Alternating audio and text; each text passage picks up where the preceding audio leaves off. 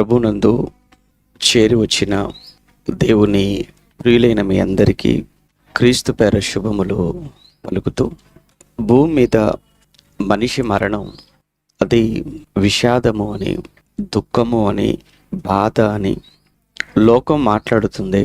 మనం వింటున్నాం, మనం చూస్తున్నాం. కారణం ఏంటంటే, ఒక మనిషి మరణించటం వలన కోల్పోయేది, ఒక ఇంట్లో ఒక వ్యక్తిని మనం కోల్పోతే పెద్దలు చెప్తుంటారు, సుమారు ఆ వ్యక్తితో 30 రకాల బంధాలను మనం కోల్పోతుంటాము అని. ఉదాహరణకు, ఇంటిలో తల్లిగారు మరణించారు. ఆవిడ పెద్దలు సోమయ్య గారికి ఒక భార్యగా బంధం, భార్య లేదన్న బాధ, వెళ్ళిపోయింది అన్న దుఃఖం. ఒకవైపు భర్తగా తనను తప్పనిసరిగా బాధిస్తుంది, వేధిస్తుంది. అదే సమయంలో ఈ కుటుంబంలో 2 పిల్లలు, వారికి ఆవిడ తల్లిగా ఉంది. వారు తల్లిని కోల్పోయాము అన్న దుఃఖము, తల్లిని కోల్పోయామన్న బాధ వారిని వేధిస్తుంది.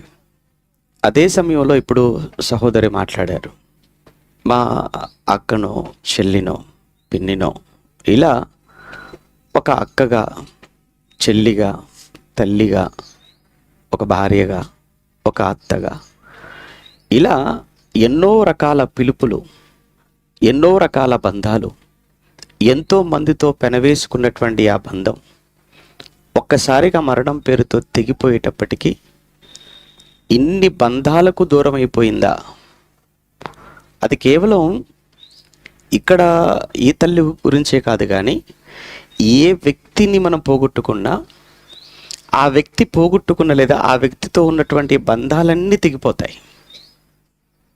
అందుకు ఆ తెగిపోయినటువంటి ఆ బంధాన్ని, అది ఎవ్వరూ కూడా మళ్ళీ తిరిగి ఆ బంధాన్ని తీసుకొని రావటం కానీ, ఆ రిప్లేస్మెంట్ అనేది కానీ అవకాశం లేదు. అందుకే అది తీరని లోటుగా చెప్తుంటారు, అది తీరని దుఃఖముగా.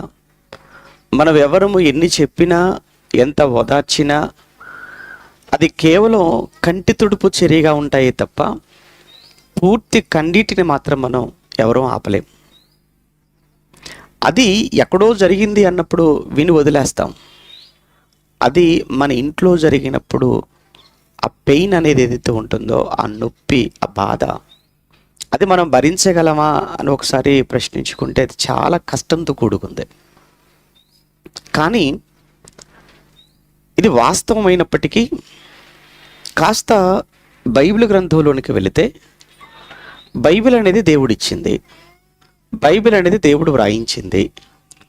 బైబిల్ అనేది ప్రపంచంలో 800 కోట్ల మంది మనుషులుంటే 800 కోట్ల మంది మనుషుల యొక్క మనస్సులను దృష్టిలో పెట్టుకొని పరలోకంలో ఉన్న దేవుడు ఈ ప్రపంచ మానవాళికి అంకితం చేసినటువంటి ఒక అద్భుతమైనటువంటి గ్రంథము, పుస్తకం బైబిల్. ఇది కష్టాల్లో ఉన్నవారు చదువుకుంటే చాలా ధైర్యం కలుగుతుంది. బాధల్లో ఉన్నవారు బైబిల్ చదివితే చాలా నెమ్మది. ధైర్యం కోల్పోయిన వారు బైబిల్ చదువుతున్నప్పుడు చాలా వారిలో ధైర్యం అనేది ఏర్పడుతుంది. అలానే ఎవరినైనా కానీ పోగొట్టుకున్నప్పుడు ఇంట్లో వారు కూడా బైబిల్ చదవటం వల్ల ఎంతో ఓదార్పును పొందుకుంటారు. అంటే ఎన్ని రకాల బాధలు, ఎన్ని రకాల కష్టాలు మానవ జీవితంలో వస్తుంటాయో, ఆ జీవితంలో ప్రతి మనిషికి వచ్చే ప్రతి విధమైన కష్టానికి, బాధకు, శ్రమకు ఒక విరుగుడు అని అంటాం చూసారా, ఆ విరుగుడే బైబిల్ అనే ఈ పుస్తకం. దీన్ని చదువుకోవాలి. చదివినప్పుడు, ఒక్కొక్క మాట చదువుతున్నప్పుడు ఎవరు ఏ విధమైనటువంటి సమస్యల్లో ఉన్నారో వారికి ఒక చక్కటి సమాధానం బైబిల్ చెబుతుంది. ఈరోజు అందుకే ఈ కార్యక్రమం ఏర్పాటు చేయటంలో కూడా ఉన్న ఉద్దేశం చూడండి. ఇది ఆదరణ సభ అన్నాం. ఎవరిని ఆదరించడానికి వచ్చాం మనమంతా కూడా అంటే, ఈ కుటుంబం, ఏ కుటుంబం అయితే నష్టపోయిందో, ఏ కుటుంబం అయితే వారి ఇంట్లో ఉన్న వారిని కోల్పోయారో, ఆ కుటుంబాన్ని మనం ఆదరించడానికి వచ్చాం, ఓదార్చడానికి వచ్చాం. అలానే మనం ఆదరించే ఆదరణ కన్నా, మనం ఓదార్చే ఓదార్పు కన్నా, మనం ఒక గంట అయితే ఇక్కడ ఎవరు కనబడరు. మనం ఎలాంటి వాళ్ళం అంటే, మనుషులంగా వచ్చాం, ప్రేమతో, సంతోషం. కొందరు చావు రోజు వచ్చారు, కొందరు ఆదరణ సభ అని ఈరోజు వచ్చి కొంతమంది వచ్చారు. మీరు రావడం ఆ కుటుంబం మీద మీకున్నటువంటి ప్రేమను తెలియజేస్తుంది. మనమంతా రావడం ఆ కుటుంబం పట్ల మనకున్న బాధ్యత, కన్సర్న్ అంటాం, శ్రద్ధ, అది కనబడుతుంది. కానీ మనం ఎంతసేపు ఉంటాం? మనం ఎవరమైనా ఎంతసేపు మనం ఉంటాం ఇక్కడ? అప్పటికే వచ్చిన వాళ్ళు టైం చూసుకుంటూ ఉంటారు కొంతమంది. ఇంకా ఏంటి మాటలు అని మనసులో అనుకుంటారు, బయటికి అనరు. ఇంకొక గంట సేపు అయితే భోజనాలు ఏంటి అని అడుగుతారు, భోజనం చేస్తారు, వెళ్ళిపోతారు. కానీ ఈ కుటుంబాన్ని ఎవరు 24 గంటలు, మిగతా రోజులు, రాబోయే కాలం ఎవరు వారిని ఓదార్చాలి? ఎవరు వారిని ఓదార్చుతూ ఉంటారు? బ్రతుకున్నప్పుడే పట్టించుకోలేదు. చాలామందిని సమాజంలో చూస్తుంటామండి. మనొక వీడియో చూశాను. కొడుకు బ్రతుకున్నప్పుడు ఏ రోజు కూడా తండ్రితో మాట్లాడడానికి సమయం ఉండేది కాదు. తండ్రి ఒకవేళ ఫోన్ చేసినా కానీ, నేను డ్యూటీలో ఉన్నాను నాన్న, తర్వాత మాట్లాడతాను, నేను బిజీగా ఉన్నాను నాన్న, తర్వాత ఫోన్ చేయి అంటాడు. ఆ తర్వాత రాత్రి కాగానే ఇంట్లో భార్య పిల్లలతో బిజీ అయిపోతాడు. ఫోన్ రానే వచ్చింది, మీ నాన్నగారు చనిపోయారు, అయిపోయింది. అప్పుడు వచ్చాడు, వచ్చి తండ్రి శవం మీద పడిపోయాడు. నాన్న ఒక్కసారి, నాన్న ఒకసారి మాట్లాడు, నాన్న ఒకసారి చూడు నాన్న. ఇంకిప్పుడే మాట్లాడతాడు? మాట్లాడాలని పాపం మాట్లాడతానని పాపం తను ఫోన్ చేసినప్పుడు బిజీ అని మాట్లాడుతుంది. పాపం ఆ తండ్రి నీతో మాట్లాడాలనుకున్నాడు, ముసలి తండ్రి. కానీ అప్పుడేమో నీకు టైం లేదా. ఇప్పుడు తీరా చనిపోయిన తర్వాత ఇప్పుడు ఆగమేఘాల మీద అన్ని పనులు వదులుకొని అన్నింటికి సెలవు పెట్టి ఇప్పుడు పరిగెత్తుకొని వచ్చి తండ్రి శవం మీద పడిపోయి నాన్న నాన్న అంటే పలుకుతాడా?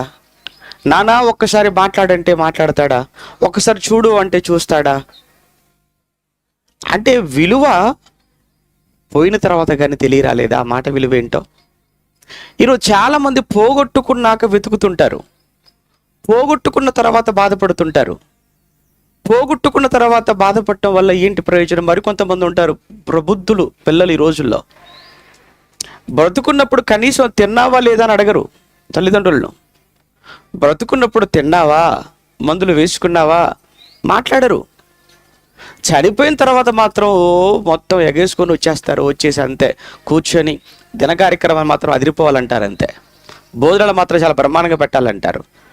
బతుకున్నప్పుడు మీ నాన్నకు ఒక ముద్ద తిన్నాడా లేదని అడిగింది పాపాన పోలేదు. బ్రతుకున్నప్పుడు కనీసం తిన్నావా లేదని అడగడానికి నీకు టైం లేదు. చచ్చిపోయిన తర్వాత మాత్రం దిన కార్యక్రమాలు ఊరందరికి పిలిచి మాత్రం గట్టిగా పెట్టాలనుకుని ఊరందరి చేత మంచి అనిపించుకోవడానికి ఆలోచించారు కానీ భోజనాలతో. కానీ కన్న తండ్రికి కూడా బతుకున్నప్పుడు ఒక్కరోజు పిలిచి ఒక ముద్ద పెట్టలేదురా. ఆ రోజు పెట్టుంటే బతికేవాడేమో. అంటే ఈరోజు బంధాలు అలా అయిపోయాయండి. తల్లిదండ్రులకు పిల్లలకు మధ్య సరి అయినటువంటి ఆ పరిస్థితి లేదు. మీరు చూస్తున్నారు, ఇవన్నీ రోజు నిత్య వార్తలుగా మారిపోతున్నాయి.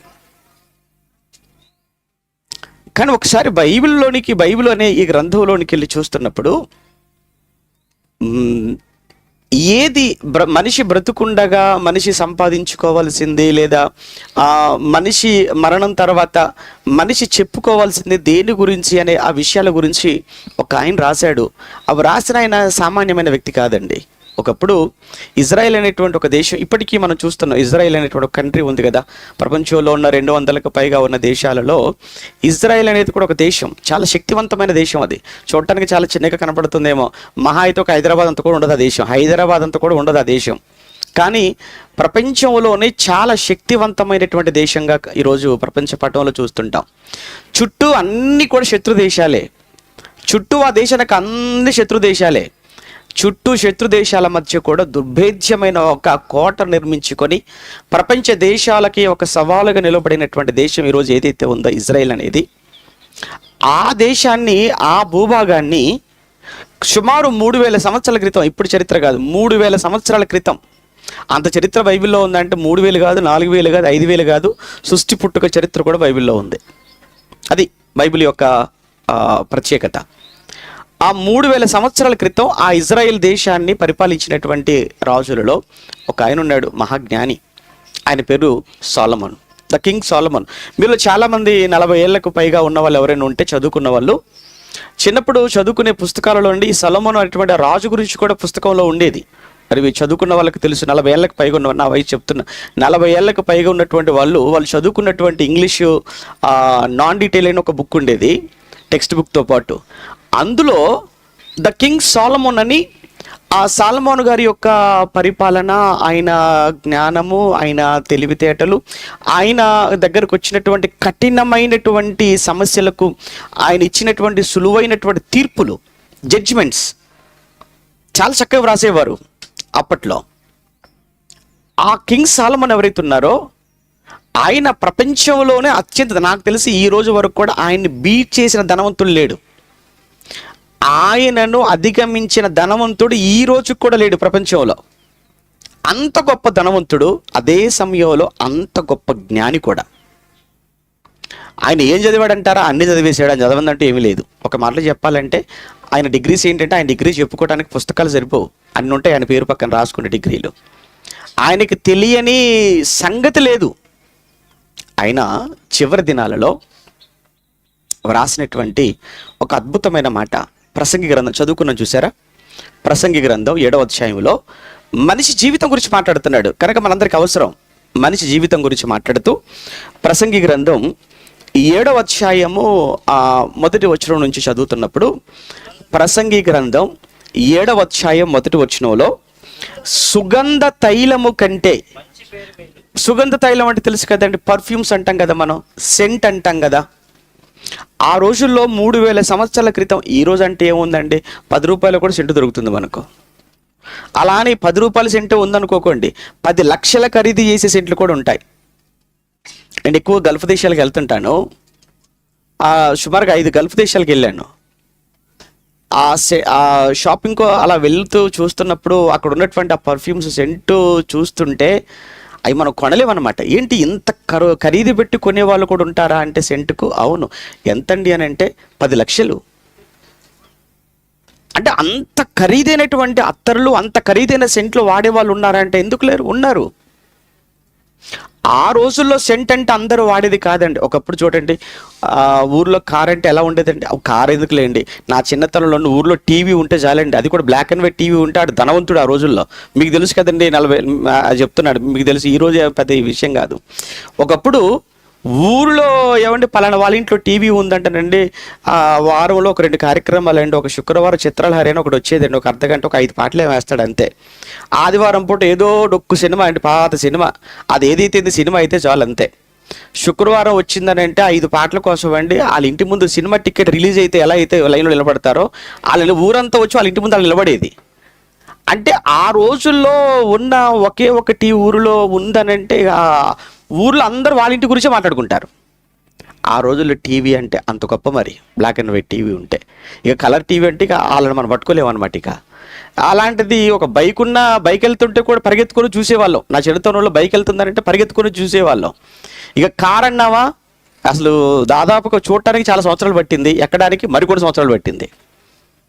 ఈరోజు కారు కామన్ అయిపోయింది, బైకు కామన్ అయిపోయింది, అసలు టీవీ అంటే అసలు విలువే లేకుండా పోయింది. అంటే ఒకప్పుడు ఇవి చాలా ధనవంతులు మాత్రమే వాడు ఉపయోగించుకునేవాళ్ళు, ఈరోజు అందరికీ అయిపోయింది. అలానే ఈ మాట రాసేటప్పటికి ఇది 3000 సంవత్సరాల క్రితం నాటి మాట ఇది. ఏది? సుగంధ తైలం గురించి మాట్లాడుతున్న మాట. సుగంధ తైలము కంటే అంటే ఆ రోజుల్లో అత్తరు వాడుతున్నారనగానే ఈడు సామాన్యుడు కాదు, ఈడు ఎవడనమాట, ఈడు గొప్ప ధనవంతుడు అని అలా చెప్పుకునేవాళ్ళు వాళ్ళంతా. ఎందుకంటే ఇప్పుడు కూడా మీరు చూడండి, ఒక మంచి సెంట్ అండి, ఏదో రోడ్డు మీద దొరికేది కాదు, మంచి సెంట్ కొట్టుకొని వచ్చారనుకోండి, ఒక్కసారి గుప్పమంటుంది వాసన. అది సుమారుగానండి ఒక 2, 3 లేదా చుట్టూ ఒక 10 మంది వరకు వ్యాపిస్తుందేమో, అంతా రాదు కదా. కానీ ఒక సెంటు కొట్టుకుంటే సుమారుగానండి ఒక 24 గంటలు, అలానే కొన్ని సెంట్లు కొడితే వారం వరకు పోవవి. మనం కొట్టే సెంటు ఒక అరగంటకు కనబడదు, లేదా 1 గంట వరకు ఉంటుంది అంతే. అవి వాళ్ళ చీప్ సెంట్స్ అవి.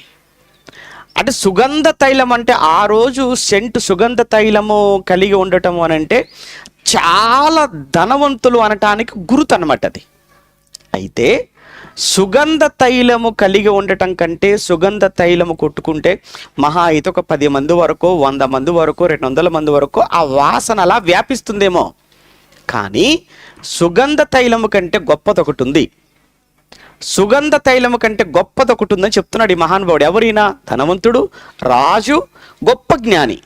ఈయన చెప్తున్నాడు సుగంధ తైలము కంటే మంచి పేరు మేలు అని. ఆ మాట చూడండి, సుగంధ తైలము కంటే మంచి పేరు మేలు అన్నాడు. అంటే నువ్వు అనుకుంటున్నటువంటి సుగంధ తైలం సెంట్ ఏదైతే ఉందో అది కాదు, దానికంటే కూడా గొప్పదైనది ఒకటి ఉంది. అది ఏంటంటే మంచి పేరు. ఇప్పుడు మంచి పేరు అనేది ఎలా వస్తుంది?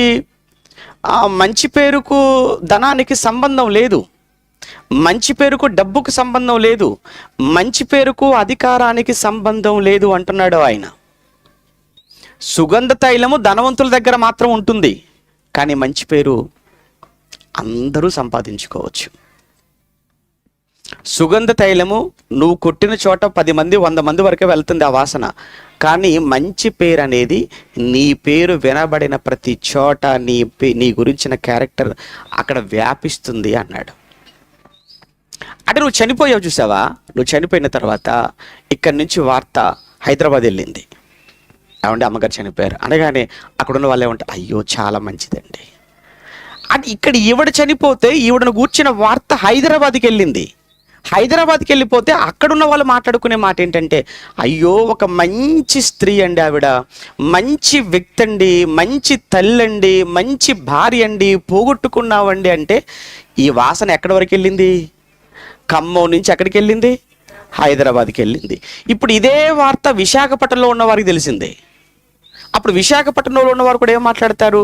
అయ్యో ఆవిడ చనిపోయిందా అండి, అయ్యో ఇంకా 4 రోజులు ఉండాల్సిందండి ఆవిడ, ఇంకా కొద్ది రోజులు బ్రతకాల్సిందండి ఆవిడ, చాలా మంచిదండి.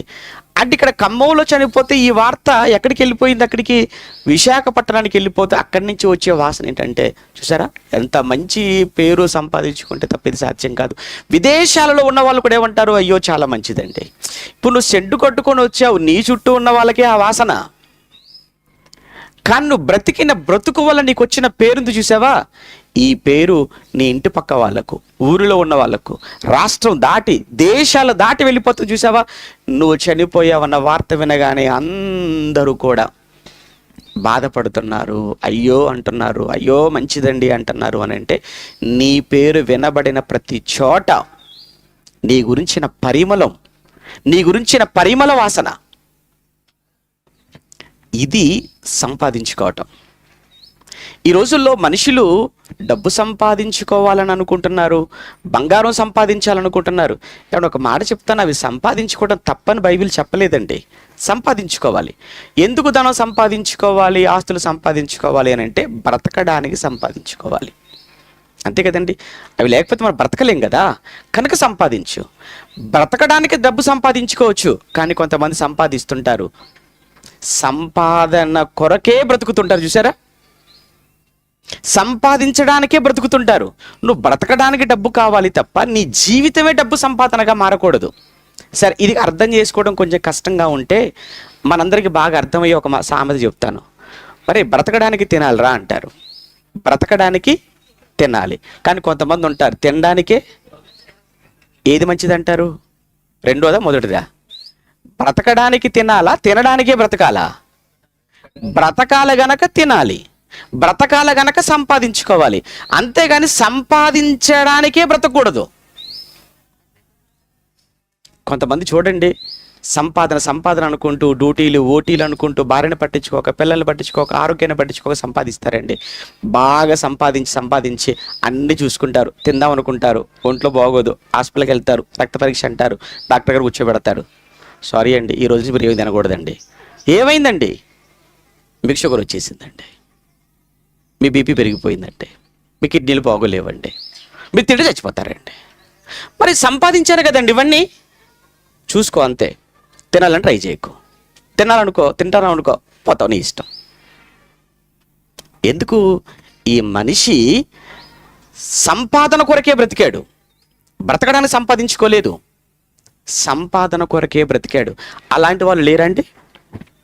కారం ఎక్కువైన ప్రాబ్లమే, కారం ఎక్కువైతే సమస్య, ఉప్పు ఎక్కువైపోతే సమస్య, మసాలా ఎక్కువైపోతే సమస్య. ఎందుకు? ఒళ్ళు బాగోలేదు, అయ్యో, కొంతమంది ఎవడు మన పిల్లలకు ఎంత అవసరం అంతవరకు సంపాదించుకోవచ్చు, కానీ కొంతమంది సంపాదిస్తుంటారు పిల్లల కోసమే కాదండి, ఈ పిల్లలకు పుట్టబోయే పిల్లలు ఉంటారు చూసారా, వాళ్ళ కోసం ఆలోచిస్తారు. వాళ్ళ కోసమే కాదండి, మరికొంతమంది ఇంకా ఎక్స్ట్రీమ్ అయిపోతారు. 3-4 తరాలు పర్వాలేదండి, 3-4. మొన్న ఒకళ్ళ గురించి మాట్లాడుతూ పేపర్ న్యూస్లో ఏమంటున్నారంటే 14 తరాల వారు కూర్చొని తిన్న, ఎన్ని తరాలట, 14 తరాలు కూర్చొని తిన్నా ఇంకా తరగబట. ఇప్పుడు ఇక రాబోతున్న తరాలలో ఒక్కడైన నీతి, న్యాయం, భయము, భక్తి అని ఉంటుందా? అసలు కష్టం తెలుస్తా వాడికి? ఇక తెలియదండి. చాలామంది చేసే పెద్ద తప్పది. అసలు మన పిల్లల కోసం కూడా మనం నన్ను అడుగుతారండి, ఏమి సంపాదించకూడదండి. వాళ్ళ బట్టలు, వాళ్ళ ఫీజులు, అంతే, వాళ్ళ ఆరోగ్యాలు, వాళ్ళ కోసం వాళ్ళు సంపాదించుకుంటారండి. వాళ్ళను సంపాదించుకునేవారుగా చేయాలి తప్ప వాళ్ళకే సంపాదించి పెట్టకూడదు. ఇక్కడ జరిగే ప్రాబ్లం అది. వాళ్ళను సంపాదించుకునేవారుగా చేయండి అంటే మంచి చదువు చదివించండి, తప్పు కాదు, చదివించండి. చదివించిన తర్వాత వాళ్ళే ఉద్యోగం సంపాదించుకుంటారు, వాళ్ళు సంపాదించుకుంటారు. ఇప్పుడు వాళ్ళ కొరకు కూడా మీరే సంపాదిస్తే వాళ్ళు ఏం చేస్తారు? కూర్చొని తింటారా? అంటే మన పిల్లలు సోమరులుగా మారుద్దామా? రేపు పొద్దున ఏంటి, ఒరే నేను ఏం చేసి నడుస్తారా, వెనకాల బోల్డ్ అంత ఉందిరా. ఇది జరిగేటువంటి చాలా తప్పులండి. ఇప్పుడు మొన్న ఏంటి, మొత్తం తల్లిదండ్రులు ముసలితనంలోకి, వృద్ధాప్యంలోకి వచ్చేసారు. ఆ వృద్ధాప్యంలోకి వచ్చిన తల్లిదండ్రులు ఇద్దరిని రోడ్డు మీద వదిలేశారు. ఆ రోడ్డు మీద వదిలేసిన తర్వాత 1 రోజు ఉన్నారు, 2 రోజు ఉన్నారు, 3వ రోజు కరీంనగర్లో జరిగింది. మరి కరీంనగర్లోనే ఎక్కడ జరిగింది. వీళ్ళు సరాసరి ఇద్దరు ముసలి వాళ్ళు ఇద్దరు కూడా వృద్ధాప్యంలో ఉన్న భార్యాభర్తలు ఇద్దరు పోలీస్ స్టేషన్కి వెళ్ళారు. సరాసరి పోలీస్ స్టేషన్లో కంప్లైంట్ రాస్తున్నారు. ఎవరి మీద కంప్లైంట్ రాస్తున్నారంటే పిల్లల మీదనే రాస్తున్నారు. ఎంతమంది పిల్లలు అంటే 4 పిల్లలు. ఎందుకు రాస్తున్నారు అని అంటే, వారం క్రితం మా ఆస్తులన్నీ వారి పేరు మీద రాసేసుకున్నారు. ఈరోజు మమ్మల్ని ఏం చేశారంటే వదిలేశారు. ఆస్తులు వీళ్ళు బ్రతుకుండగానే అన్ని పిల్లల మీద పేరు మీద రాయించేసుకొని, వాళ్ళ పేరు మీద రాసి పనిచేసుకొని వీళ్ళను అనాథలుగా రోడ్డు మీద వదిలేశారు. ఇప్పుడు ఈ తల్లిదండ్రులు వెళ్ళి పోలీస్ స్టేషన్లో పిల్లల మీద కేసు. నువ్వు సంపాదించావు చూసావా, అదే నీ తప్పు అయిపోయింది, అదే నీ పొరపాటు అయిపోయింది. ఇది బైబిల్ చెప్పిన నీతండి.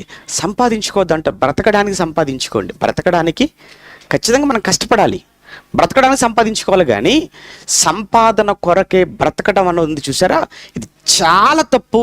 అందరూ చేసే తప్పది.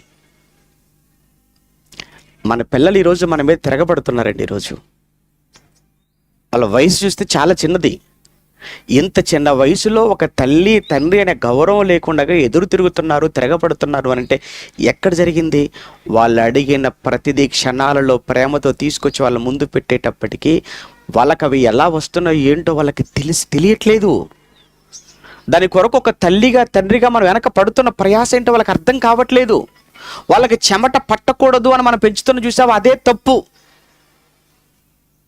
కనుక ఇక్కడ మనం ఆలోచించవలసింది ఏంటంటే, ఆయన చెప్తున్న మాట 7వ అధ్యాయం 1వ వచనంలో, సుగంధ తైలము కంటే మంచి పేరు మేలు, ఒకని జన్మదినము కంటే మరణదినమే మేలు. అసలు నిజంగానండి, మరణదినాన్ని ఎవరండి మేలు అనుకుంటారు? ప్రపంచం అంతా కూడా మరణదినాన్ని ఏమనుకుంటారు? నష్టం, కీడు, బాధ, వేదన.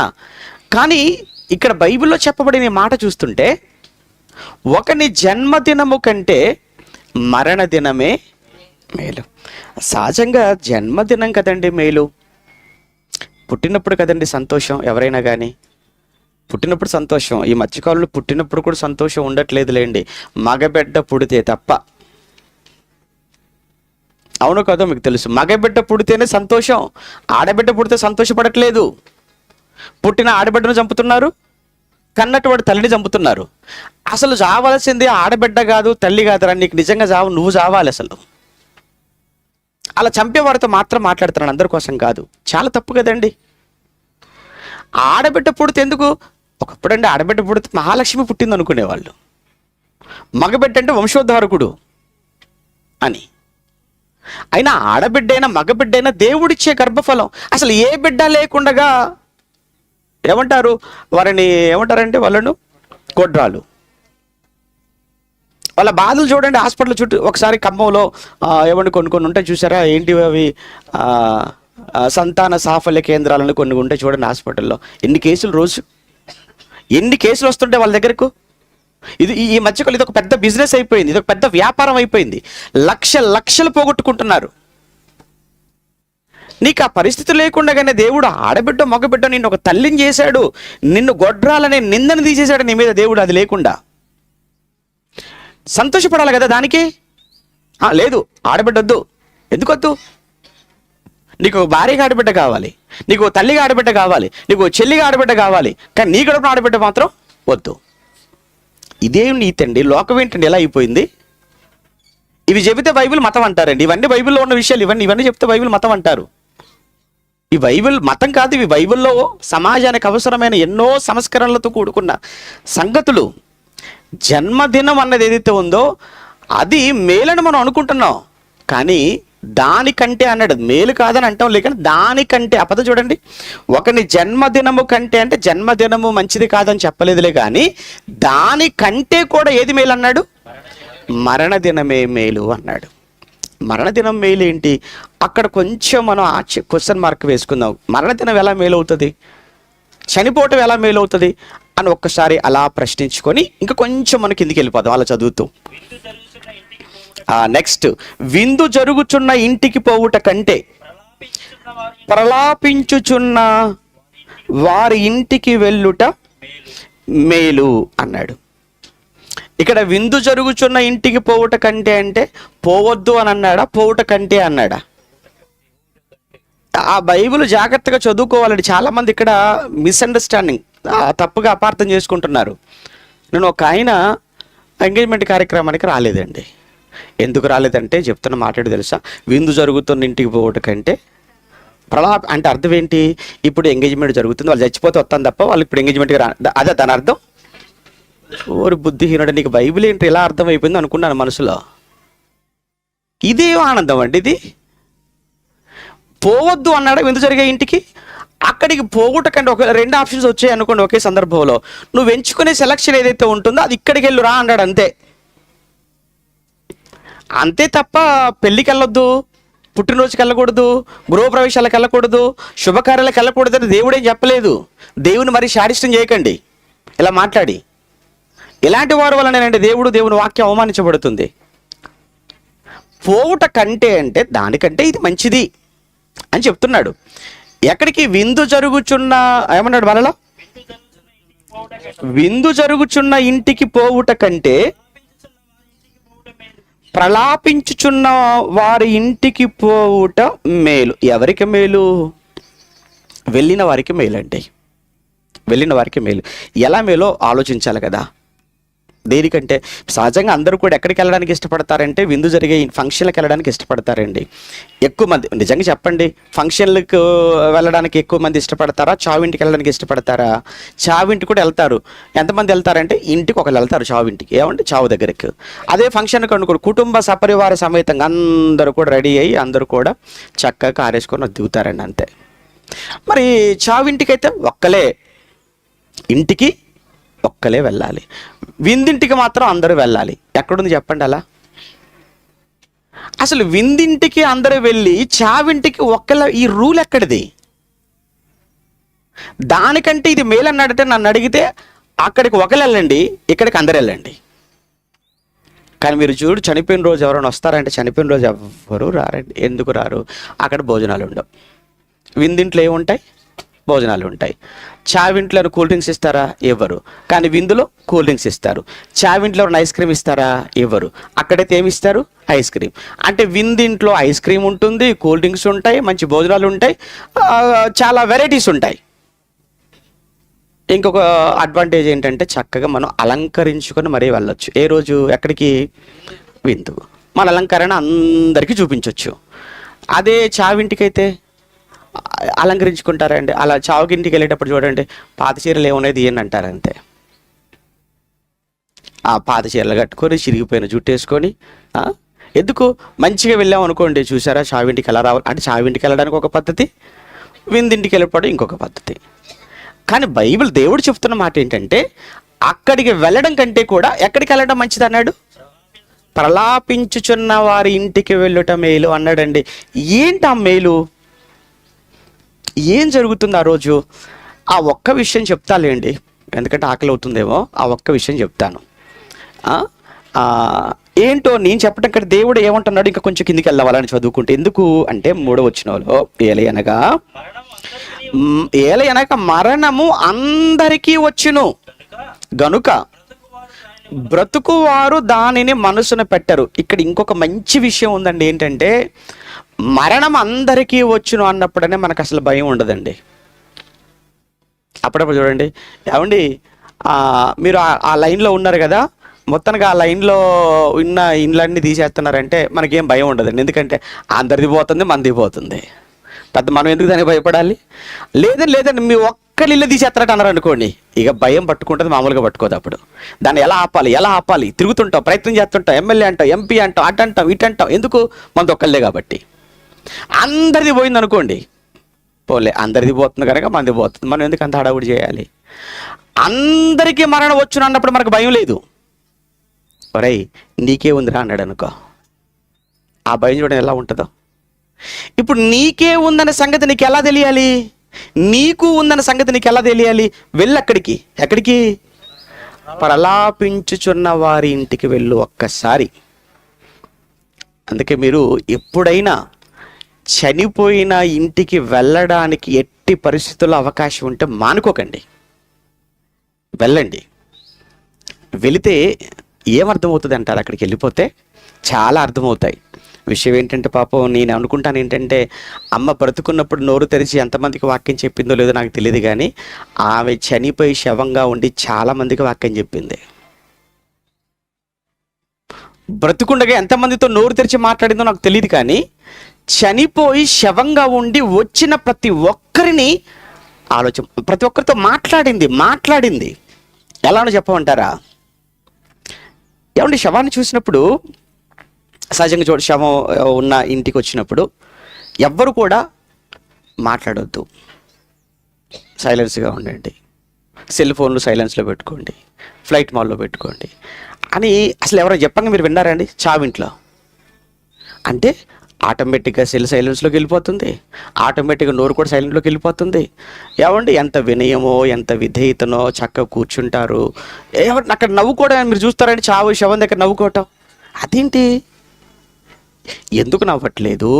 ఎందుకు జీతాల గురించి మాట్లాడుకోవట్లేదు? ఎందుకు ఇంక్రిమెంట్ల గురించి మాట్లాడుకోవట్లేదు? ఎందుకు ప్రమోషన్ల గురించి మాట్లాడుకోవట్లేదు? ఎందుకు పంటల గురించి మాట్లాడుకోవట్లే?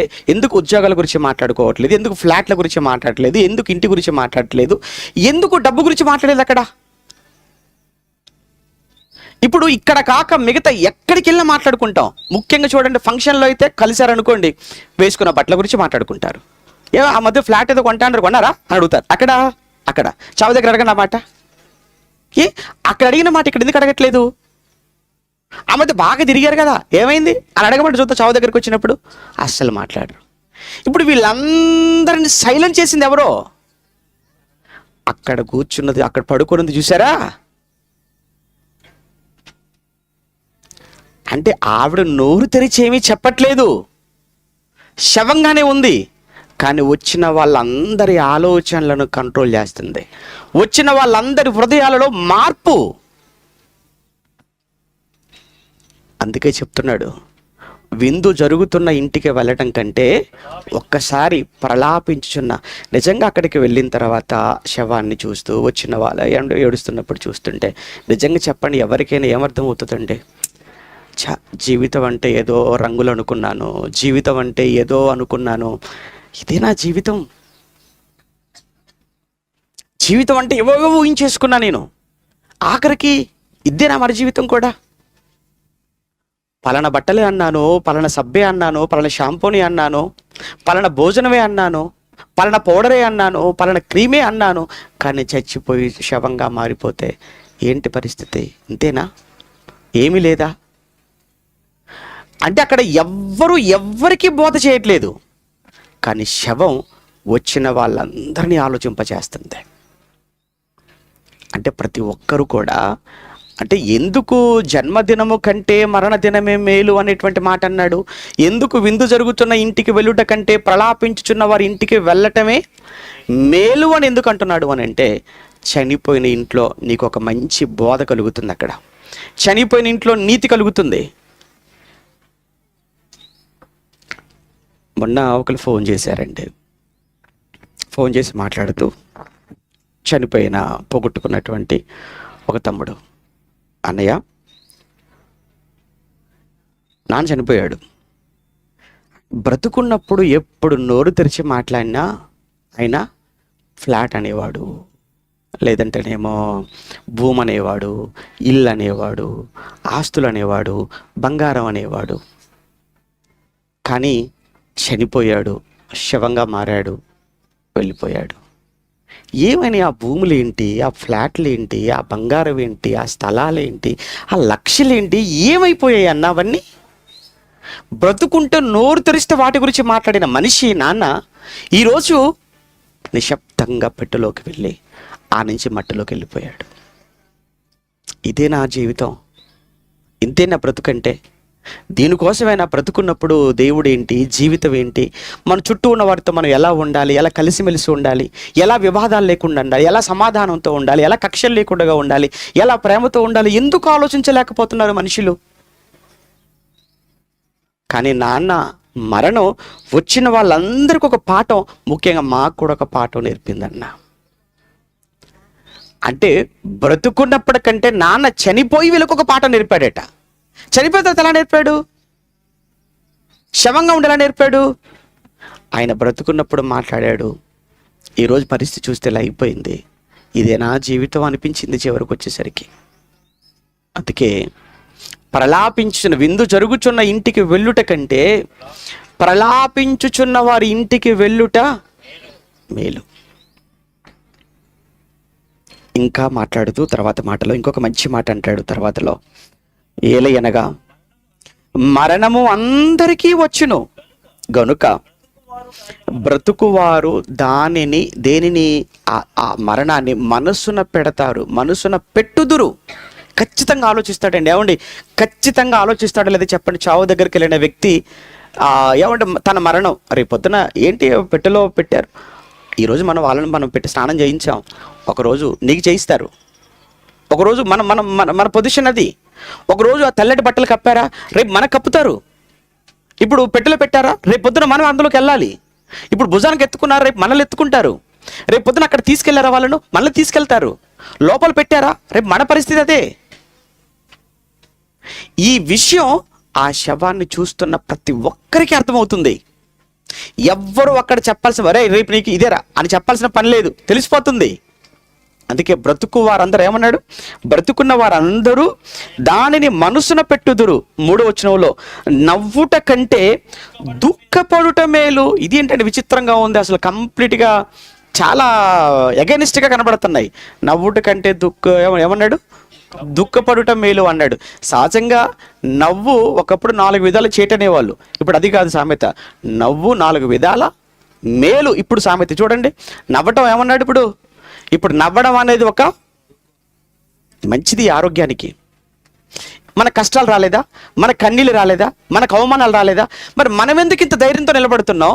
మన పిల్లలు ఎందుకు తట్టుకోలేకపోతున్నారు? వాళ్ళు నవ్వుతూ పెరుగుతున్నారు. మనం అన్ని అనుభవిస్తూ మన హృదయాన్ని ఎలా చేసుకున్నామంటే రాయిలా మార్చేసుకున్నాం. అందుకే మీరు సినిమాల్లో ఉన్నటువంటి వాళ్ళు చూడండి, బయటికి మాత్రం నవ్విస్తున్నవాడు, నవ్వడం తప్ప వాడికి ఏమీ తెలియదు. చిన్న కష్టం రాగానే వాడు కూడా ఉరిపోసుకొని చచ్చిపోతాడు. అప్పుడప్పుడు అంటుంటాం, అందరిని నవ్వించాడండి పాపం, చివరికి ఆడే ఉరిపోసుకొని చచ్చిపోయాడు. ఇదేంటి, అందరిని నవ్వించి జీవితం అంటే నవ్వటం అని, జీవితం అంటే సంతోషం అని అందరిని నవ్వించి ఆయనేంటి ఉరిపోసుకున్నాడు? అంటే కష్టం అంటే ఏంటో తెలియకుండా బతికాడు. సినిమాలలో హీరోలు కానీ హీరోయిన్లు కానీ, అలానే ఏమంటే ఎంటర్టైన్మెంట్ ప్రోగ్రాం నటించే వాళ్ళు కానీ, ఆర్టిస్టులు కానీ, వాళ్ళు ఉరిపోసుకుంటుంటే ఆశ్చర్యం వేస్తుంటుంది. ఇదేంటి, అందరిని నవ్వించారు కదే మీరేంటి అంటే, మాకు నవ్వడమే తెలుసు తప్ప మాకు దుఃఖపడటం తెలియదు. మాకు నవ్వడమే తెలుసు తప్ప ఏడవటం మాకు తెలియదు. అందుకే దేవుడు అన్నాడు, ఒరేయ్ నవ్వడం మాత్రమే కాదు, నవ్వడం కంటే ఏది మేలు అన్నాడు, దుఃఖపడుట మేలు. ఏమంటే బైబిల్ నిజంగానండి కళ్ళకు అద్దుకోవాల్సిన ఒక మంచి పుస్తకం అండి. అందరూ చదవాల్సినటువంటి ఒక మంచి గ్రంథం అండి. ఇంకేమన్నాడు తెలుసా అండి? ఏలయనగా చెప్తున్నా చూసారా, ఏలయనగా కిన్నమైన ముఖము హృదయమును గుణపరచును అన్నాడంటే, అలా దుఃఖముతో ఉన్నటువంటి హృదయము మనసు ఏమైపోతుందంటే హృదయాన్ని గుణపరుస్తుంది అన్నాడు. హృదయాన్ని గుణపరచడం అర్థం ఏంటి? హృదయాన్ని ఆటోమేటిక్గా మార్చేస్తుంది. మీకు వచ్చిన కష్టంలో మీరు దుఃఖపడుతున్నప్పుడు ఆటోమేటిక్గా మీ ఆలోచనలు ఏమైపోతాయి? మారిపోతాయి. దుఃఖంలో చూడండి మనసు ఆటోమేటిక్గా మారిపోద్దండి, హృదయం అంతా మారిపోద్దండి. ఎవ్వరు చెప్పాల్సిన పని లేదా? ఎవ్వరూ చెప్పాల్సిన పని లేదండి. నిజంగా ఇదంతా కూడా ఏంటంటే, ఒక మాట ముగించుకుందాము. ఇదంతా ఎందుకు చెప్తున్నాడండి ఆయన? 4వ వచనంలో జ్ఞానుల మనస్సు ప్రలాపించు వారి ఇంటి మీద ఉంటుంది. జ్ఞానుల మనసు ఎవరింటి మీద ఉంటుంది? ప్రలాపించే, ఎవరు దుఃఖంతో ఉన్నారో, ఎవరు బాధల్లో ఉన్నారో వారింటి మీద జ్ఞానుల మనస్సు ప్రలాపించు వారింటి మీద ఉండును. అయితే బుద్ధిహీనుల తలంపు సంతోషించు వారి మధ్య. ఎప్పుడు కూడా చూడండి, ఫంక్షన్లు అంటే ముందుంటారు, కొంతమంది చావులు అంటే అనుకుంటారు. అంటే వీళ్ళు ఎవరు? బుద్ధిహీనులు. బుద్ధిహీనుల మనసంతా సంతోషించేటువంటి కార్యక్రమాల మీద ఉంటుంది. జ్ఞానుల మనసు మాత్రం ప్రలాపించే వారి ఇంటి మీద ఉంటుంది. అసలు మనుషులు వాళ్ళ జీవితాలలో ఏది మంచిదో ఏది చెడో వారికి తెలియని ఒక పరిస్థితి అంటే. అందుకే చివరికి ఒక మాట ఏమంటున్నాడంటే, 6వ అధ్యాయము ప్రసంగి గ్రంథం 11 నుంచి 11, 12 వచనాలలో, పలుకబడిన మాటలలో నిరర్ధకమైన మాటలు చాలా ఉండును, వాటి వలన నరులకి ఏమి లాభము? నీడవలే తమ దినములన్నీ వ్యర్థముగా గడుపుకుని మనుషుల బ్రతుకునందు ఏది వారికి క్షేమకరమైనదో ఎవరికి తెలియను అన్నాడు. మనుషులు ఎలా బ్రతికేస్తున్నారంటే, ఈ రోజుల్లో ఎలా ఉన్నారు అంటే, మనుషులు వ్యర్థంగా గడిపేస్తున్నారండి. దినాలను వేస్ట్గా గడిపేస్తున్నారు, టైం వేస్ట్ చేస్తున్నారు. చాలామంది టైం పాస్ చేస్తుంటారండి. టైం పాస్ చేయటం అంటే మీకు తెలుసు కదండి, ట్రైన్లో టైం పాస్ బటాని అంటాడు, టైం పాస్ పల్లి అంటాడు. మీకు టైం పోవట్లేదా? సీరియల్ పెట్టుకో. టైం పోవట్లేదా? ఆ సినిమా చూడు. టైం పోవట్లేదా? అక్కడికి వెళ్ళి ఇక్కడికి వెళ్ళి అంటారు. కానీ నిజంగా దేవుడు చెప్తున్నాడు, ఒరేయ్ ఎందుకురా సమయాన్ని వ్యర్థం చేసుకుంటున్నావు? సమయాన్ని ఎందుకురా పాడు చేసుకుంటున్నావు? ఎందుకంటే నీకు అసలు ఏది మంచిదో ఏది చెడో నీకు తెలియట్లేదు అని ఇవన్నీ చెప్పుకుంటూ వచ్చాడు 7వ అధ్యాయంలో. 7వ అధ్యాయం మనం స్టార్టింగ్ నుంచి చదువుకున్నాం. అసలు ఎందుకు ఆ విషయం చెప్తున్నాడు అని అంటే, మనుషులకు వాళ్ళ జీవితంలో ఏది మంచో ఏది చెడో తెలియట్లేదు. ఎందుకు తెలియట్లేదు? తెలుసుకోవాలని ఆలోచన ఉండట్లేదు వాళ్ళకు.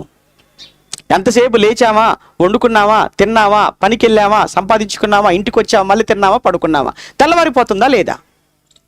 ఒకరోజు మరణం ఉంది, ఒకరోజు చావు ఉంది. ఆ చావుతో ఒక్కసారి మట్టిలోకి వెళ్ళిపోతావు, లేదా పెట్టెలోకి వెళ్ళిపోతావు, పాడ మీదకి వెళ్ళిపోతావు. ఆ తర్వాత అందరూ నేను మర్చిపోతారు, ఎవ్వరు గుర్తుపెట్టుకోరు, అందరూ నేను మర్చిపోతారు. కానీ ఎక్కడికి వెళ్ళినా నీ పేరు మారుమ్రోగుతూ నీ పేరు గురించి నీ గురించి చెప్పుకుంటూ ఉండాలి అని అంటే, నువ్వు బ్రతికిన కాలంలో నువ్వు సంపాదించుకున్న ఆస్తిని బట్టి కాదు. నువ్వు ఎంత ఆస్తి సంపాదించుకున్నా కానీ చచ్చిపోయిన వ్యక్తిని చూసి పోయాడా, పోయాడు, విరగడైపోయిందిరా, ఎంతమందిని మోసం చేశాడు వాడు అన్నాడు అనుకో, నువ్వు సంపాదించినంత ఎందుకు? అయిపోయింది. ఎంతమంది కడుపు కొట్టాడో, ఎంతమందికి అన్యాయం చేశాడో, ఎంతమంది ద్రోహం చేశాడో, ఆ మాట ఏమన్నా మంచిదండి? అది లేదు. కానీ మనిషి మరణించిన మరుక్షణమే ఆ మనిషిని గురించిన వార్త మంచిగా వెళుతుంది అనుకోండి, అది ఈ భూమి మీద తను ఉండగా సంపాదించుకున్న మంచి పేరు. ఆస్తులు కాదు, భూములు కాదు, బంగారం కాదు, ఒక మంచి పేరు. కొంతమందికి ఏ ఉండదండి, కానీ చనిపోయారన్న వార్త తెలియగానే ఊరంతా కదిలిపోద్ది. కారణం ఆ వ్యక్తికి ఆ ఊరిలో ఉన్న మంచి పేరు, సమాజంలో ఉన్న మంచి పేరు. అది ఎలా వచ్చింది?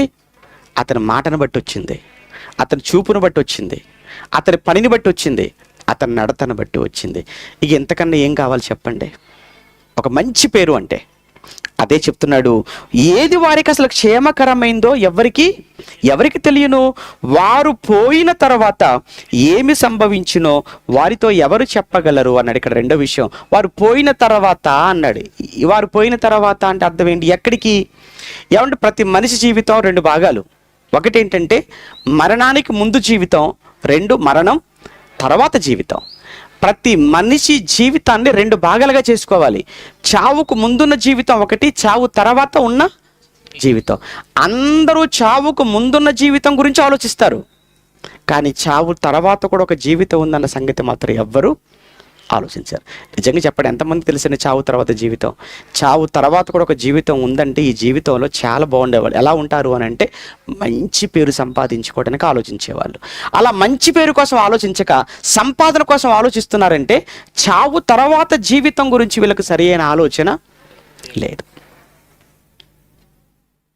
ఇక్కడ చనిపోయిన తర్వాత రెండు జరుగుతాయి. ఒకటి, చనిపోయిన శవానికి ఏం జరుగుతుందో ఎవరు చెప్తారు వీళ్ళకు? అంతే కదండి. ఇప్పుడు చనిపోయిన తర్వాత ఎవరికైనా కానీ ఏం జరుగుతుంది అని అంటే మనం చూస్తున్నాం. నీకేం జరుగుతుందో ఎవరు వస్తారు నీకు తెలుసా? ఇప్పుడు ఏమైనా అప్పుడప్పుడు చాలామంది ఫీల్ అవుతుంటారు, ఎవరి మా ఫంక్షన్కి రాలేదండి, పుట్టినరోజుకి రాలేదండి, పెళ్లి రోజుకి రాలేదండి అంటారు. చచ్చిపోయిన తర్వాత నీ చావుకు వస్తారో లేదో తెలుసా? నువ్వు చూసుకుంటావా? మనమేమైనా తెలియదు. ఏం జరుగుతుంది చనిపోయిన తర్వాత? ఎవరు వస్తారు చనిపోయిన తర్వాత? ఎక్కడ పెడతారు? ఎలా పెడతారు? ఇవి మనకు తెలియదు. ఎవరు చెప్తారు వాళ్ళతో? ఏముందండి, ఆ కరోనా టైంలో చనిపోయినప్పుడు అండి ఏముండండి, ఈరోజంటే అంత్యక్రియలు ఘనంగా అని చెప్తుంటాం, కానీ కరోనా టైంలో చచ్చిపోయిన వాళ్ళకి ఏం జరిగింది? ఏమంటే చనిపోయిన తర్వాత జేసీబీలతో, ఆ ప్రొక్లైన్లతో ఆ శవాలన్నీ మూట కట్టేసి తీసుకెళ్ళిపోయి పెద్ద గోతులో పడేసి మట్టితో పూడ్చేయటం అంతే. చూడటానికి కూడా ఆఖరి చూపులో కూడా నోచుకోలేదండి. నిజంగా ఒకవేళ ఆ కాలంలోనే ఏదైనా జరిగి ఉంటే, ఆ కాలంలోనే ఒకవేళ మనం కూడా ఎవరైనా మనలో ఒకరని పోయి ఉంటే, నిజంగా అది గుర్తొచ్చినప్పుడల్లా మనసంతా ఒకలా అయిపోతుంటుందండి. అంత ప్రమాదకరమైన కాలాన్ని దాటుకొని వచ్చామా? నిజంగా ఆ కాలంలో ఎలా బతికేశా? నేను ఎలా బ్రతికాను? నా కులం బతికించిందా? నా ధనం బతికించిందా? నా బంధువులు బతికించారా? నాకున్న అధికారం బతికించిందా? ఇవి ఏవి కాదండి, దేవుడి దయ అండి, కేవలం దేవుడి దయ. ఒకవేళ ఆ రోజే జరగకూడదు జరిగి ఉంటే ఈ పాటికి ఎక్కడో ఉండిపోయేవాళ్ళం. అంటే నరుడు పోయిన తర్వాత, అంటే చచ్చిపోయిన తర్వాత ఏం జరుగుతుంది? చచ్చిపోయిన తర్వాత శవానికి ఏం జరుగుతుంది అనేది ఎవరు చెప్తారు? తర్వాత ఆత్మ ఒకటి వెళ్ళిపోతుంది. మట్టిలోకి వెళ్ళిపోయేది శవం. ఆత్మ అప్పటి వరకు అందులో ఉంది. మరి ఆత్మ ఎక్కడికి వెళ్ళిపోయింది? ఆ ఆత్మే కదా మనిషి అంటే, అసలు అది ఉంటేనే కదా మనిషికి విలువ. బైబిల్లో యేసుక్రీస్తు ప్రభువులు ఒక మంచి మాట చెప్తారు, ఆత్మయే జీవింపచేయుచున్నది, శరీరము కేవలము నిష్ప్రయోజనం. నిజమా కాదా చెప్పండి? ఏమంటే మీరు ఇంట్లో ఫ్రిడ్జ్ తెచ్చుకున్నారు, లేకపోతే ఏసీ తెచ్చుకున్నారు, లేకపోతే ఇంకా ఇంకా పెద్ద పెద్ద మంచి వస్తువులు తెచ్చుకున్నారండి, అన్నీ తెచ్చుకున్నారు, కానీ ఇంటికి కరెంట్ లేదనుకోండి, అన్ని బొమ్మల్లా ఉంటాయి అంతే. అవి ఏమైనా ఉపయోగపడతాయా? లేవు. ఎంత ఖరీదైన వస్తువైనా అది పనిచేయాలంటే దాన్ని నడిపించడానికి ఏముండాలి? కరెంట్. అది లేకపోతే వేస్ట్. అలానే నీ ముక్కు బాగున్నా పర్వాలేదు, నీ తెలుపు రంగే కావచ్చు, నీకు హెయిర్ పెద్దగా ఉండొచ్చు, లేకపోతే నువ్వు 6 అడుగులు ఎత్తు కావచ్చు, ఏదైనా కావచ్చు, కానీ ఇప్పుడు లోపల ఏది లేదు? ఆత్మ లేదు. ఏం చేస్తారు ఎవరైనా చనిపోయిన తర్వాత? లేదు బాగా అందంగా ఉన్నాడు అని ఇంట్లో పెట్టుకుంటారా? లేదండి. ఎందుకంటే నో యూస్. గంటలు గడుస్తున్న కొద్ది వాసన, గంటలు గడుస్తున్న కొద్ది బ్యాక్టీరియా, గంటలు గడుస్తున్న కొద్ది వైరస్, దానివల్ల అందరికీ రోగమే. అందువల్ల ఆలస్యం చేయొద్దండి, ఆలస్యం చేయొద్దండి, ఆలస్యం చేయొద్దండి. తీసుకెళ్ళిపోవాలి. శవాన్ని తీసుకెళ్ళిపోతున్నారు. ఆత్మ సంగతి ఏంటి? ఆత్మ ఎక్కడికి వెళ్ళిపోతుంది? ఆత్మ ఏమైపోతుంది? ఆత్మ లేదని మీరు అనుకుంటున్నారా? ఉందండి. ఒక ఫ్యాన్ నడిపించడానికి కరెంట్ ఎంత ముఖ్యమో, ఒక టీవీ రావాలంటే పనిచేయాలంటే కరెంట్ ఎంత ముఖ్యమో, ఒక ఏసీ పనిచేయాలి కరెంట్ ఎంత ముఖ్యమో, నీ కళ్ళు చూడాలన్నా, చెవులు వినాలన్నా, నోరు మాట్లాడాలన్నా, కాళ్ళు కదలాలన్నా ఏది కావాలి లోపల? ఆత్మ. అది లేకపోతే నిష్ప్రయోజనం. ఆత్మ వెళ్ళిపోతుంది. ఎక్కడికి వెళ్ళిపోతుంది? ఆ ఆత్మ వెళ్ళే 2 చోటు, ఒకటి స్వర్గం, 2 నరకం. నిజంగా క్రైస్తవులైన మనందరికీ ఒక ఆదరణ ఏంటంటేనండి, యేసుక్రీస్తు ప్రభుల వారు చివరి రోజు ఆయన తెల్లవారితే చనిపోతాడు. ముందు రోజు రాత్రి తనతో పాటు శిష్యులందరినీ కూర్చోబెట్టి ఏం మాట్లాడుతున్నాడు తెలుసా అండి? ఆయన తన మరణాన్ని గురించి మాట్లాడుతున్నాడు. అసలు ఎవరైనా కానీ మరణాన్ని గురించి ఇంట్లో మాట్లాడతారండి? అసలు మాట్లాడండి బాబు, ఎందుకు భయం? కానీ యేసు ప్రభుల వారు ముందు రోజు రాత్రి తన చావు గురించి మాట్లాడుతున్నాడండి. అప్పుడప్పుడు ఇంట్లో నుంచి పిల్లలు బయటకు వెళ్ళిపోతున్నప్పుడు, మమ్మీ వెళ్ళిపోతున్నాను, వెళ్తున్నాను అనుకోండి, బుద్ధుందారా నీకేమైనా ఇట్రా అని గట్టిగా ఒకటేసి, వెళ్తున్నానంటావేంట్రా బుద్ధిహీనుడా? మరేమంటావమ్మా? వాడికి ఏం తెలుసండి? వాడికి అంటే వెళుతున్నానన్న మాట వింటేనే తట్టుకోలేకపోతున్నాం మనం, ఏదో కీడు ఊహిస్తున్నాం. అదే ఇంట్లో చావు గురించి మాట్లాడితే ఇంకా తట్టుకోలేమండి మనం. అలాంటిది అలా అని మనం మాట్లాడకపోతే చావు ఏదో రానట్టు, మనం మాట్లాడినంత మాత్రాన చావు మన ఇంటి దాటి వెళ్ళిపోయినట్టు ఏదో మనుషుల నమ్మకాలను అంతే అవి. ఏమండి, యేసు ప్రభులు వారు చివరి రోజు రాత్రి ఆయన శిష్యులతో కూర్చొని దేని గురించి మాట్లాడు తెలుసండి? ఆయన ఒక రొట్టెను పట్టుకొని రొట్టెను విరిచి ఇది ఏమన్నాడు? ఇది నా శరీరం అని ఒక పాత్రను ఎత్తుకొని ఇది నా రక్తము అన్నాడు. ఇది ఏమన్నాడు? మీరు నా మరణమును మీరు జ్ఞాపకం చేసుకోవాలి, నా మరణాన్ని మీరు జ్ఞాపకం చేసుకోవాలి. ఎందుకో యేసుక్రీస్తుల మరణాన్ని జ్ఞాపకం చేసుకోమన్నారు? యేసు మరణాన్ని జ్ఞాపకం చేసుకున్న ఏ ఒక్క క్రైస్తవుడు బాధపడడు.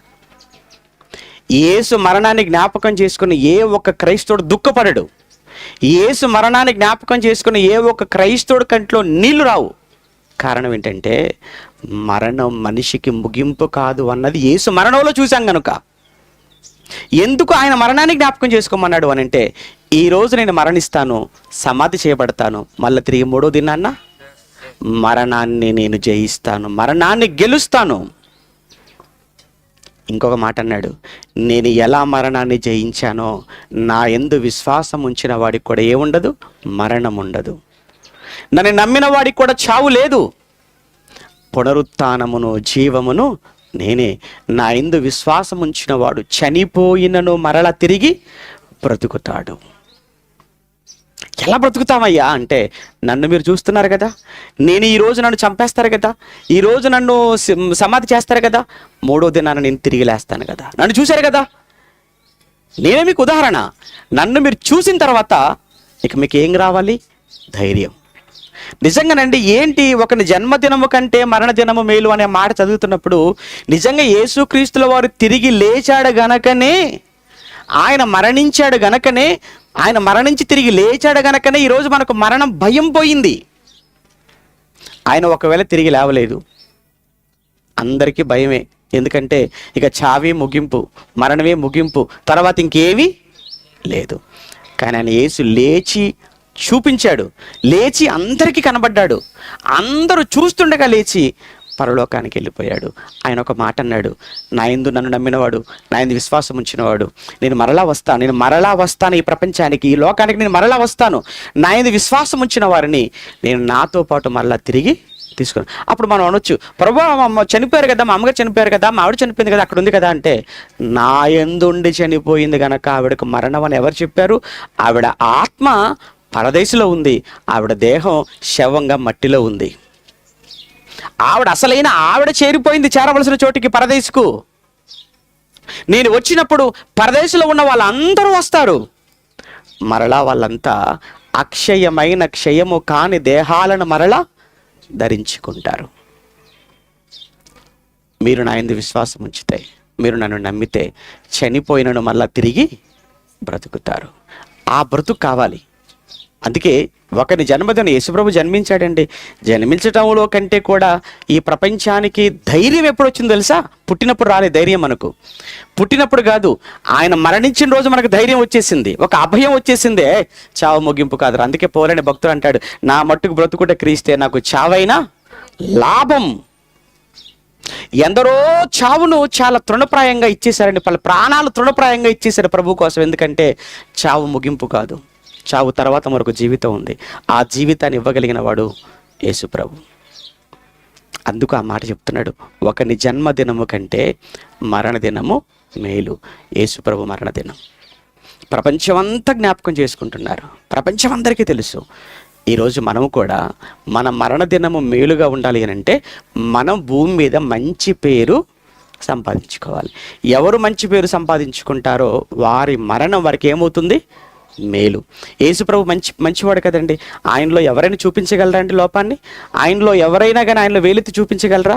అది నీ జీవితం, నా జీవితం కూడా మరణించే లోపు ఎలా ఉండాలి అని అంటే, ఎవ్వరు నిన్ను వేలెత్తి చూపించకూడదు. రై ఆడరా, ఎప్పుడు పోతాడరా అన్నట్టుగా ఉండకూడదు. ఉండాలిరా 10 రోజులు, ఉండాలిరా కొద్ది కాలం. అతను ఉంటే 10 మందికి ఉపయోగపడతాడరా, ఉంటే 10 మందికి బాగుపడతాడరా, 10 కుటుంబాలు నిలబడతాయి అన్నట్లుగా ఉండాలి తప్ప, ఎప్పుడు పోతాడరా వీడు చి అన్నట్లుగా ఉంటే అదొక జీవితమా? అదొక బ్రతుకా? వద్దు. కనుక భూమి మీద మనం అందరూ మరణిస్తాము, అది మనకుందని సంగతి తెలుసు. కానీ వెళ్ళేలోపు మంచి పేరు సంపాదించుకొని వెళ్ళాలి. నిజంగా అందుకే విందు జరుగుతున్న ఇంటికి వెళ్ళటం కంటే ఎక్కడికి వెళ్ళటం మంచిది అన్నాడు.